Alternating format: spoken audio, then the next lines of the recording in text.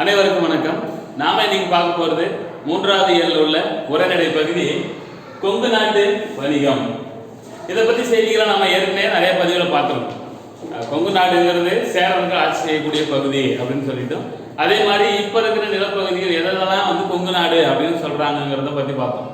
அதோட மட்டும் இல்லாம அவங்க எந்த மாதிரி ஆட்சி முறைகள் பண்ணாங்க அப்படிங்கிற செய்தியும் சொன்னாங்க. அதோட மட்டும் இல்லாம என்னென்ன மாதிரியான வணிகங்கள் பண்ணாங்க அப்படிங்கிற செய்தியும் பார்த்தோம். அதாவது பழங்கால வணிகம் எப்படி இருக்கு, இப்ப இருக்கிற வணிகம்ங்கிறது எப்படி இருக்கு அப்படிங்கிற செய்தியை நம்ம பார்த்துக்கிட்டு இருக்கோம்.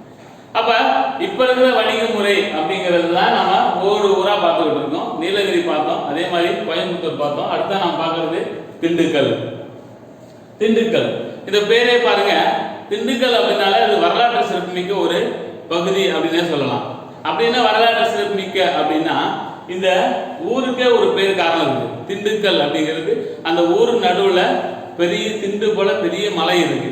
அதனாலதான் அதுக்கு பேர் என்ன சொல்றாங்க, திண்டுக்கல் அப்படின்னு குறிப்பிடுறாங்க. இதற்கு முன்பு அதுக்கு என்ன பேர் இருந்துச்சு அப்படின்னா திண்டீஸ்வரம் அப்படின்னு பேர் சொன்னாங்க. திண்டீஸ்வரம்னா என்ன அப்படின்னா சொல்றாங்க, திண்டி அப்படிங்கிற ஒரு மண்ணை அங்க ஆட்சி செஞ்சிருக்காங்க. அந்த மன்னன் என்ன செஞ்சிருக்காங்க, அங்க இருக்கிற மக்கள் எல்லாரையும் ரொம்ப வாட்டி வச்சு துன்பப்படுத்திக்கிட்டு கொடுமைப்படுத்திட்டு இருந்திருக்காங்க. அப்புறம் அங்க இருக்க மக்கள்லாம் என்ன செஞ்சாங்க, அப்புறம் இறைவனை வழிபட ஆரம்பிச்சு, அதாவது சிவனை வழிபட்டு எங்களை காத்தருளுக அப்படின்னு அவங்க வேண்ட ஆரம்பிச்சாங்க. அதுக்கப்புறம் ஈஸ்வரன் வந்து அவரை அழிச்சதுனால அதுக்கு திண்டீஸ்வரம் அப்படின்னு பேர் வந்ததா சொல்லப்படுவது.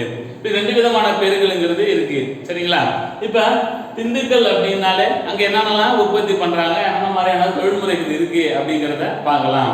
பாருங்க, முதல்ல என்னென்ன பயிர் செய்யறாங்க சொல்றாங்க. நெல், சோளம், திணை வகைகள், வாழைப்பழம், காய்கறிகள்.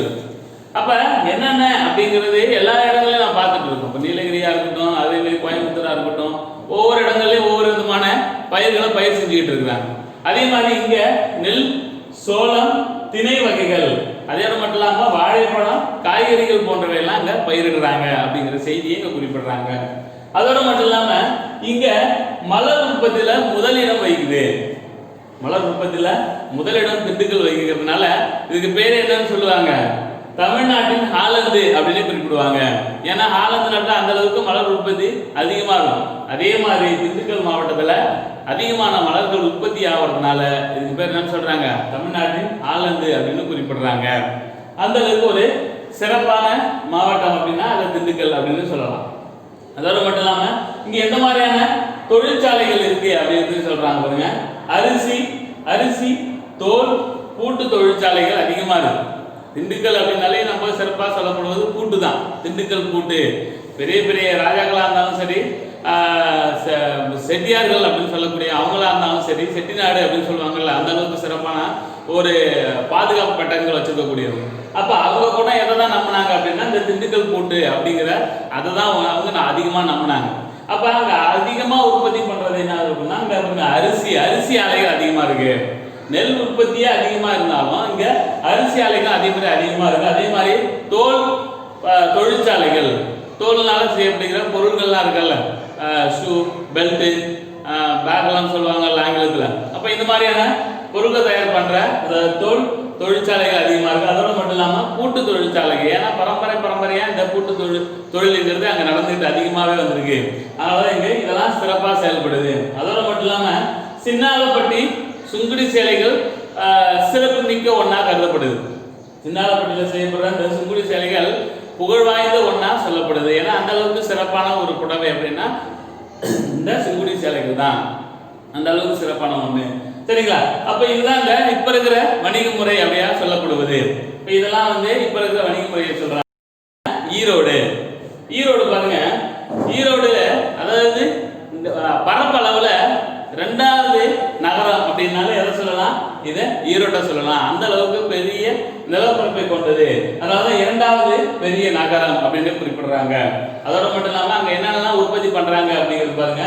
நெல், நிலக்கடலை, மஞ்சள், கரும்பு, பருத்தி, எள் போன்றவை எல்லாம் இங்க பயிரிடுறாங்க. பெருமளவுல அதிகமான அளவுல இங்க பயிரிடுறாங்க. நம்ம ஏற்கனவே நிறைய இடங்கள்ல பார்த்துருக்கோம் நெல் அதிகமா உற்பத்தி பண்றாங்க. ஆனா இங்க ஒண்ணு என்ன பார்க்கறோம், நிலக்கடலை அதிகமா உற்பத்தி பண்றாங்க. அதோட மட்டும் இல்லாம மஞ்சள் சொல்லப்படுது. இதுக்கு முன்னாடி பார்த்ததுல மஞ்சள் இல்ல, ஆனா இப்ப மஞ்சள்ங்கிறத சொல்றாங்க. கரும்பு, பருத்தி, எள் போன்றவை அங்க அதிகமா பயிரிடுறாங்க. அதோட மட்டும் இல்லாம தமிழ்நாட்டிலே மஞ்சள் சந்தை எங்க நடக்குது அப்படின்னா அது ஈரோட்டில் தான். அப்ப தமிழ்நாட்டிலே மஞ்சள் சந்தை எங்க நடக்குதுன்னா அது ஈரோட்டில் தான் நடக்குது அப்படின்னு குறிப்பிடலாம். அதோட மட்டும் இல்லாம இங்க என்னென்ன தொழிற்சாலைகள் இருக்குங்கிறத சொல்றாங்க பாருங்க.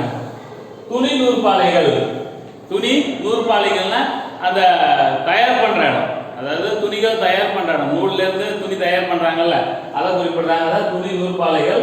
அதோட மட்டும் இல்லாம எண்ணெய் ஆலைகள், எண்ணெய் தயார் பண்றாங்கல்ல, கடலெண்ணெய், நல்லெண்ணெய், விளக்கெண்ணெய் இப்படிலாம் சொல்றாங்கல்ல, இந்த மாதிரியான எண்ணெய்கள் தயார் பண்ற ஆலைகள் நிறைய இருக்கு. அதே மாதிரி சர்க்கரை ஆலைகளும் அங்க அதிகமா இருக்கு.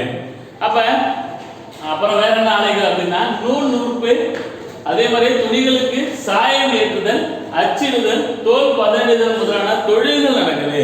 இப்ப இங்க ஆலைகள் பார்த்தோம், என்னன்னா துணி ஆலைகள் அப்படின்னு பார்த்தோம், அதோட துணி நூற்பாலைகள் பார்த்தோம், அதோட எண்ணெய் ஆலைகள் பார்த்தோம், அப்புறம் சர்க்கரை ஆலைகள் பார்த்தோம். இதெல்லாம் ஆலைகள், தொழிற்சாலைகளா இருக்கு. இங்க என்ன மாதிரியான தொழில்கள் நடக்குது ஈரோட்டுல? என்ன மாதிரி தொழில்கள் பாருங்க. நூல் நூற்பு, பருத்தியிலிருந்து நூலை எடுக்கிறது நூல் நூற்பு அப்படின்னு சொல்லப்படுவது. அடுத்தது துணிகளுக்கு சாயம் ஏற்றுதல், அதான் ரொம்ப முக்கியமான ஒண்ணு, சாயம் ஏற்றுதல். இப்போ வண்ண வண்ண ஆடைகள் நம்ம உடுத்துறோம்ல, இது எங்கே எப்படி தயார் பண்றாங்க அப்படின்னா இந்த மாதிரி சாயம் ஏற்றுதல் முறை தான். எல்லாமே எல்லா ஆடைகளும் வெண்மை நிறத்தில் தான் இருக்கக்கூடியது.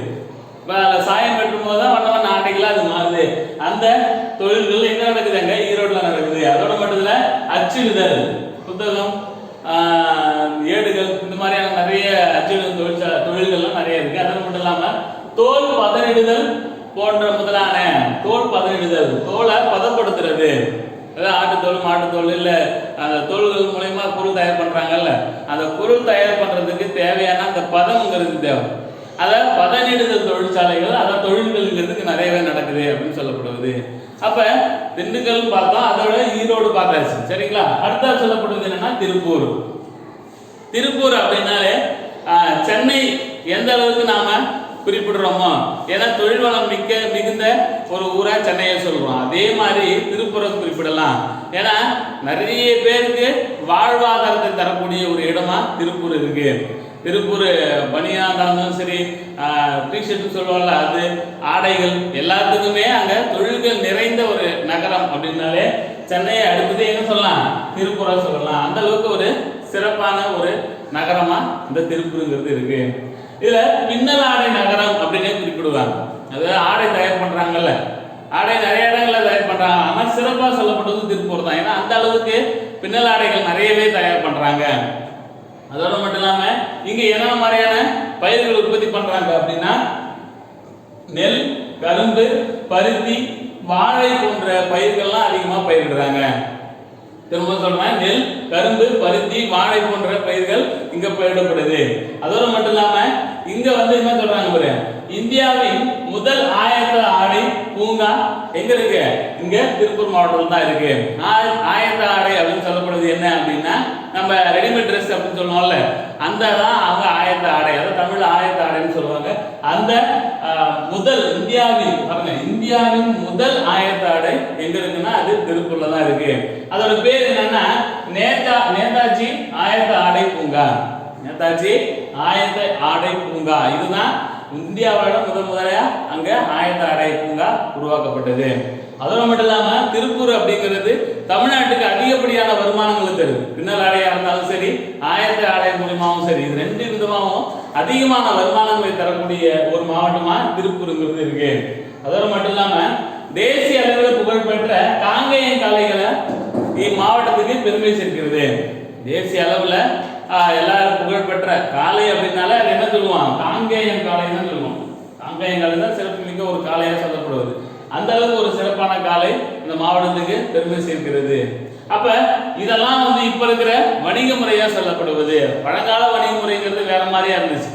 இப்போ முத்துக்களை எடுத்துட்டு போறது, மிளகு, யானை தந்தம், இந்த மாதிரியான முறைகள் தான் அதிகமா இருந்துச்சு. ஆனா இப்ப என்ன மாதிரி, இப்ப இருக்கிற தொழில் வளத்துக்கு ஏற்ற மாதிரி நிறைய மாற்றங்கள் ஏற்பட்டு இதான் அவங்க என்ன செய்யறாங்க, தொழில்களா செஞ்சுட்டு இருக்காங்க அப்படிங்கிறத குறிப்பிடுறாங்க. சரிங்களா? நன்றி, வணக்கம்.